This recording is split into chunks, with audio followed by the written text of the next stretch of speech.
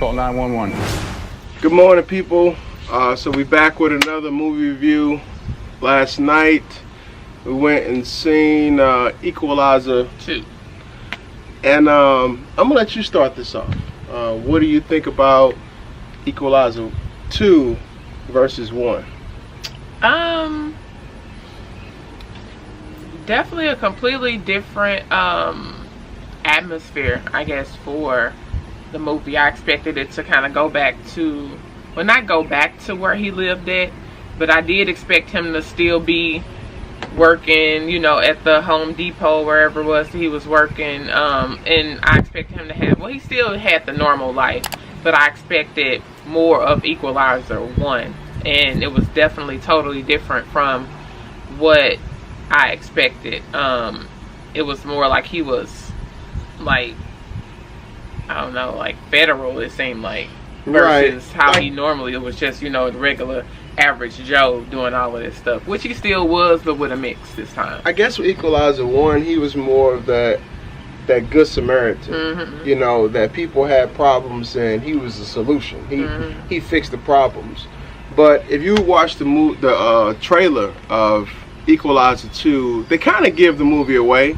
His friend, the woman, that she was pretty much the only one knew he still was alive. Everyone that was a part of the agency thought he died in an explosion. So the gist of the movie is him trying to find her killer. And without giving too much of the movie away, there's action in it, but it's not as much as Equalizer 1. I think it was. It had its moments. But Equalizer 1 was just, yeah, but he still had the same. It still was action, and he was, you know, kicking everybody's ass. Right. He still did.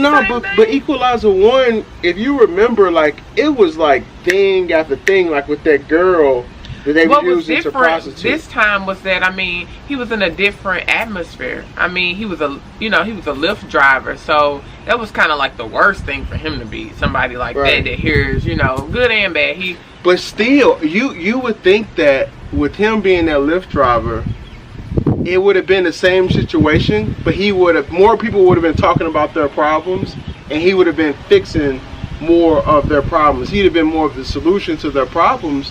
But it was only one. It was only one time that it happened while he was in Lyft, and the girl didn't even say anything. He just kind of like did his thing. I mean, but that was huge though. That and then the girl in the beginning, you know, in Turkey. Those two moments, I mean, that was big enough that I think subsided everything else. He really didn't need those fix situations. And then, I mean, you know, with the guy, the painter, you know, like, he had really big, and they may not have been a lot of moments, but they were very impactful. That's what that was my take on it. Right. The things that he did, the quantity. I mean, the quantity didn't matter on how many people he had to, you know, sacrifice, but the quality of it, it was very good. And like Denzel said, I read an article today, you know, he didn't do it like, yeah, this is the sequel, I'm gonna go in and get this money. He read it first to see if he even wanted to be a part of it, regardless of if the first movie was about him, you know, he was the main star. He read it and seen if it was something that he wanted to do, and I definitely think it was a good story. I think with him and that boy, I think that's one of the reasons why he probably did it, because it was just a message within their relationship. Yeah, and it was like, I wanted, you know,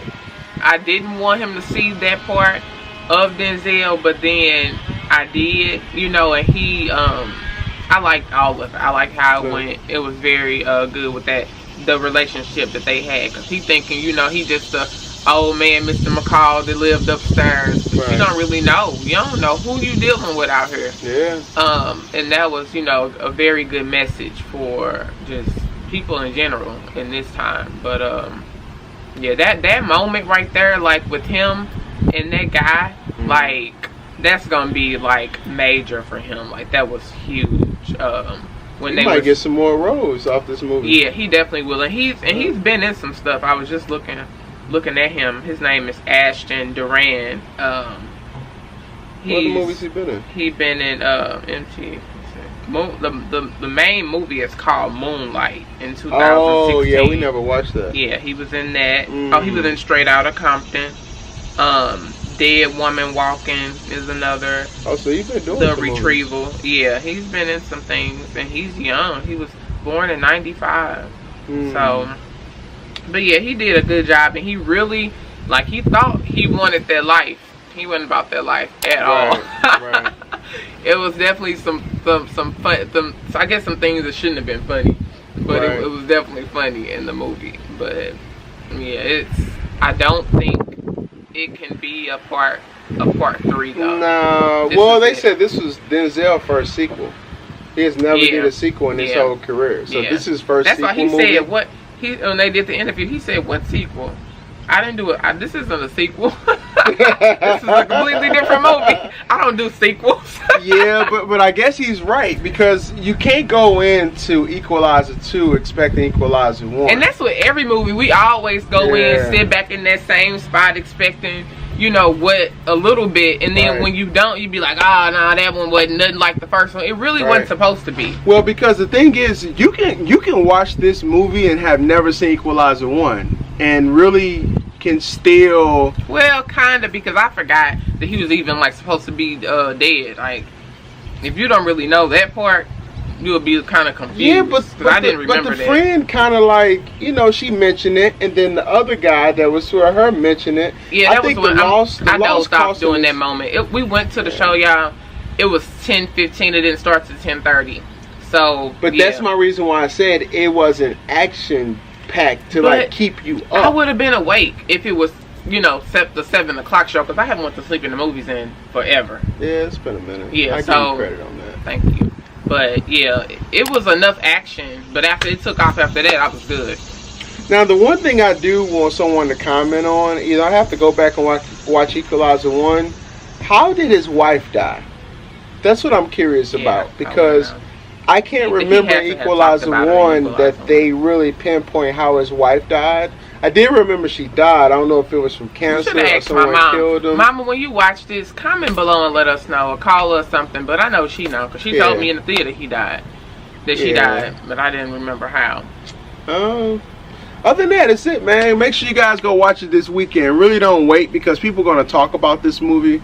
When we went and seen it the day before it came out, they had it in the biggest movie theater. I mean, biggest, what do you call it?